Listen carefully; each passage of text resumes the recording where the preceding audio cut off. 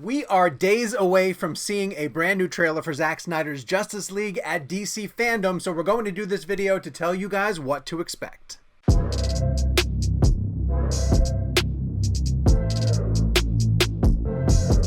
Hey guys, it's Sean O'Connell, the Managing Director here at CinemaBlend and also the resident Snyder Cut expert, and we are getting ready for Zack's panel at DC FanDome, as you can tell from my beautiful brand new hat. Before we dive into everything that we have to say about Saturday's presentation, do me a favor and go down and hit subscribe, turn on your notifications, and that way you can keep up to date with all of our entertainment videos. These things are going to keep coming. Let's start off by going through all the things that we definitely know are going to happen at Zack Snyder's panel. He has confirmed that we are going to get a teaser trailer for the Snyder Cut of Justice League, which is coming to HBO Max in 2021. The interesting thing about it is, and fans are already starting to discuss how different the teaser trailer that he's bringing to DC FanDome is going to be from the Justice League trailer that he cut back from 2016-2017 when he was showing off footage both at San Diego Comic-Con and when he put together the first trailer for Justice League, because all of those things still had his footage. I would assume he's going to want to choose scenes and clips that are totally different from what he showed in that trailer, and if you remember, that one leaned really heavily on Bruce Wayne riding his horse to go recruit Arthur Curry. It showed a lot of stuff from the confrontation in the tunnels underneath Gotham Harbor, and it did show some footage from the final confrontation with Aquaman riding on the Batmobile, and you saw Flash running through the town where the final confrontation is expected to take place. But Zack so far has been teasing, let's see, a shot of Bruce Wayne's car. He had Wonder Woman standing in front of what looked like a fiery wreck of some sort with her battle sword, and the Hall of Justice. He had on the countdown to the 6 days, he had what looked to be the set of what's going to become the Hall of Justice eventually, which is a room in Wayne Manor, which has been left to rot essentially in Batman vs. Superman. And we know that in the theatrical cut, Bruce is going to turn it into a room where they're going to host a table that can seat all 7 members of the League. Maybe that's a Zack reshoot. Maybe it's something that Zack always had planned, but he showed off a picture on day 6 leading into the FanDome of what looks to be the Hall of Justice. Big round table, 6 chairs, right there. So there's 2 other things that we expect to see during Zack's panel, and one of them is going to be a Q&A. We know this because that they've been soliciting questions from fans that they want Zack to answer. Most of these panels are going to be, if not all of them, are going to be pre-recorded. So I think Zack is going to take some questions from fans, filter out the ones that he definitely wants to answer, and then they'll be part of the presentation. We also expect, because it says in the text underneath the panel presentation on DC FanDome schedule, that there are going to be special guests. People with special abilities. So of course fans are wondering if it's members of the Justice League cast who are going to be there. When Zack shared something on Vero, it was a photograph of Ray Fisher playing Victor Stone. He says Stone in the Dome, which makes me think that Ray Fisher is going to be one of those special guests that are going to be part of Zack's panel. I would not be surprised if you also saw, let's see, Henry Cavill and Ben Affleck would make a lot of sense.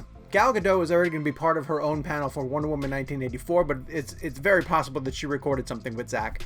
Ezra Miller is going to be showing up in DC FanDome as part of a panel for The Flash, and he's going to be presenting some sort of information about the movie that he's doing with Andy Muschietti. There's something that I can show you. So there's a high probability that the all-star guests that Zack is teasing for his panel might be all of the members of his Justice League, and that absolutely would be something really exciting to see.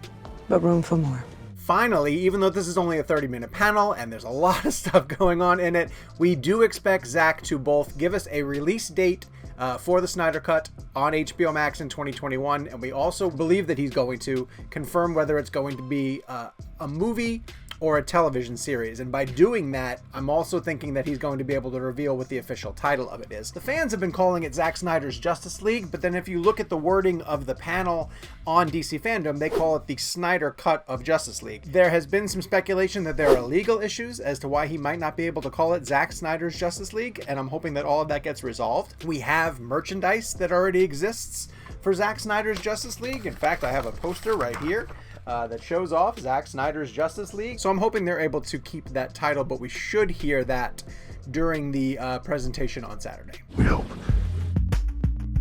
Okay, let's take a minute to get into what we hope is going to happen at the panel, things that have not been confirmed, but that we're crossing our fingers and really wishing that we get to see. I would like to see some explanation about what Zack is going to do after this. Whether this project is a one and done, he's just delivering the cut of the movie that fans have been lobbying to see since 2017, or if this truly is the beginning of a larger plan at HBO Max to sort of grow out the Snyderverse of the DC universe, something that's separate from what's going on in the movie theaters, but something that could really build into other projects that are connected to this world that Zack is creating. And that could be anything from a Cyborg television series with Ray Fisher at the helm. It could be Ben Affleck returning to play Batman, either in a film or television series. There are places where HBO Max can take the Snyderverse and develop it without having to affect everything that's going on in the DCEU. We have talked at length here on this show about the fact that Zack is calling this an Elseworld story, so that it's separate from the continuity of things that are going on in the DCEU. That allows him to put in teases for things that he could potentially bring in other series if he wants to keep going. I keep saying series because I think that it's going to be a multi-episode TV series by the time he breaks everything down. But let's say that he introduces a character like Green Lantern. Is that going to be the end of the fact that we see this character, or will Zack be able to maybe use that character in other stories going forward?